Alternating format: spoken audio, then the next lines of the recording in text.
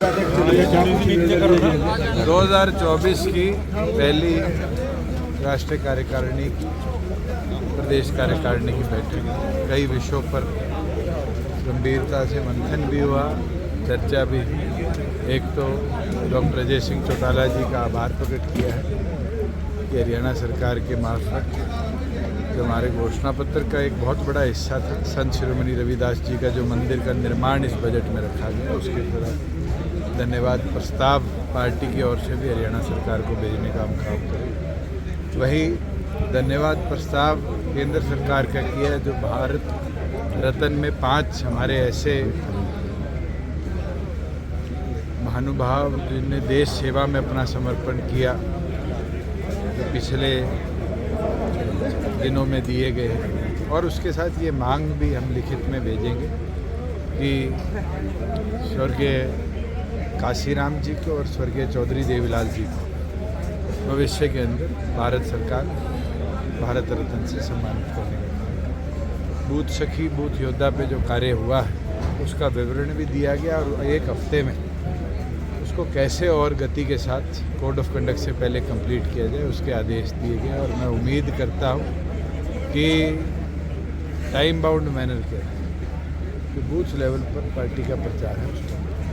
लोकसभा चुनाव को लेकर क्या कुछ निर्णय? उसके लिए एनडीए से चर्चा करने की 5 सदस्यीय कमेटी डॉक्टर अजय सिंह चौटाला जी ने बनाई है। वो 7 दिन के अंदर चर्चा कर अपनी रिपोर्ट पीएसी को देगी। बैठक के बाद पीएसी अंतिम निर्णय।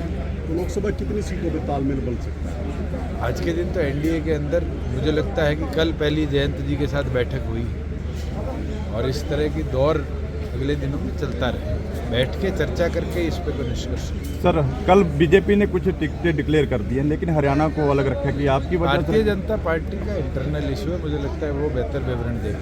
कल जो बरसात हुई है, ओलावृष्टि हुई है, काफ़ी नुकसान हुआ। कल रात को ही हरियाणा सरकार ने 15 मार्च तक गिरदावरी जो चल रही थी उसकी सीमा को बढ़ाने का काम किया है, ये देखते हुए कि कल रात तक ओलावृष्टि अलग अलग जिलों के अंदर हुई। किसान के फसल लॉस को 2 से 3 दिन के बाद प्रॉपर ब्यौरा भी हो पाएगा। और क्षतिपूर्ति पोर्टल को भी हम खोलने का काम कर रहे हैं। जिस किसान को भी खेत में क्षति हुई है वो क्षतिपूर्ति के माध्यम से अपनी क्षति का ब्यौरा सरकार को देगी। किसान बैठे हुए हैं सर लगातार, और आज कि पंजाब सरकार हरियाणा की तर्ज पे 14 फसलों के एमएसपी दे दे, मैं कहता हूँ शाम को ख़त्म हो जाएगी। उनकी मांग तो एमएसपी की है, हरियाणा दे पा रहा है, पंजाब नहीं दे रहा। ये तो फेलियर पंजाब गवर्नमेंट का है। प्रेमलता जी बार बार बयान दे रही है कि जेजेपी को बाहर करें। 4.5 साल हो गए, कोई नया बयान दिया है उनके परिवार ने? ले आओ कोई नई चीज़। हुड्डा साहब तो पार्टी छोड़ने की भी कह रहे थे, ना पार्टी छोड़े ना हमसे दूर हो पाए, तो वो तो कन्फ्यूजन की स्थिति में है। आम आदमी पार्टी और कांग्रेस का गठबंधन हुआ है। कांग्रेस अपने आप को बहुत बड़ा दल मानती है, और जिस हिसाब से आम आदमी पार्टी को कुरुक्षेत्र की सीट दी है, मुझे लगता है कांग्रेस को भी बैसाखियों की जरूरत है।